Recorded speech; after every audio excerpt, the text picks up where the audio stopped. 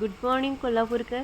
अतिशय सुंदर वातावरण आहे. सकाळचे वाजलेत 5 आणि रेग्युलर आम्ही महालक्ष्मीला नवरात्रामध्ये चालू जातो. आजचा आहे दिवस 8वा आणि ग्रे कलर आहे. सुंदर ह्या वातावरणामध्ये आम्ही दोघी बाहेर पडलो. चालत असताना आजूबाजूला शुकशुकाट आहे आणि मोरांचा आवाज येतो. त्यामुळे दोघी निशब्द असं आम्ही चाललेलो आहोत. एक आईला भेटण्याची आस आहे आणि ह्यातून भक्तिभावातून आमचं हे चालणं चालू आहे. आता आम्ही पोचलो महालक्ष्मीच्या आवारामध्ये. खूप मोठी लाईन आहे आणि मी